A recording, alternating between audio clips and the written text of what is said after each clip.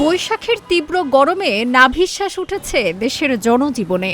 ঝড় বৃষ্টির দেখা নেই, সূর্যের তাপ যেন আগুনের গোলা। একদিকে দগ্ধ গরমে হাঁসফাঁস করছে মানুষ, অন্যদিকে বিদ্যুৎ সংকটে অন্ধকারে ডুবে যাচ্ছে জীবন।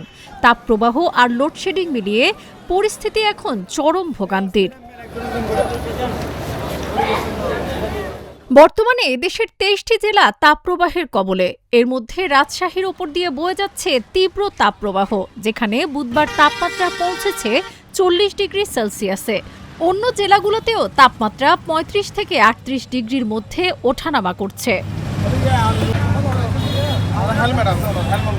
গরম বাড়ার সঙ্গে সঙ্গে বেড়েছে বিদ্যুতের চাহিদা, কিন্তু জ্বালানির অভাবে উৎপাদন কম থাকায় বাড়ছে ঘাটতি।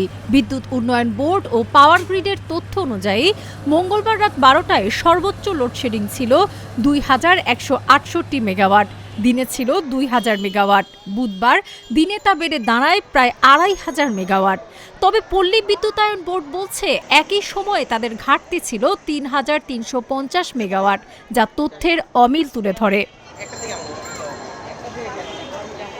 দেশের মোট উৎপাদন সক্ষমতা ২৯,০০০ মেগাওয়াট হলেও তেল ও কয়লার অভাবে অনেক কেন্দ্র চালু রাখা যাচ্ছে না।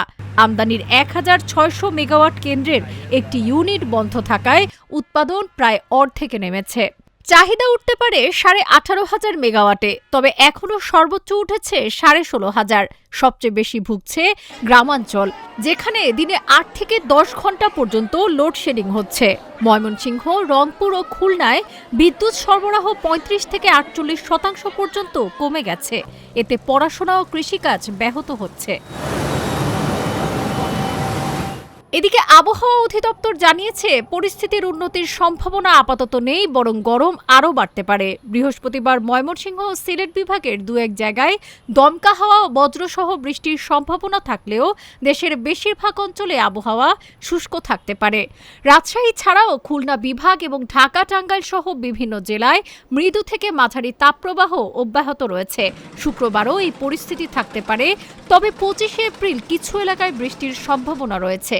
এতে তাপমাত্রা সামান্য কমতে পারে। বিশেষজ্ঞরা বলছেন, পরিকল্পনার ঘাটতি ও জ্বালানি সংকট মিলেই গরমে বিদ্যুতের এই পরিস্থিতি সৃষ্টি হয়েছে। তাপমাত্রা আরও বাড়লে বিদ্যুৎ সংকট আরও তীব্র হতে পারে। ডেস্ক রিপোর্ট, আজকের পত্রিকা।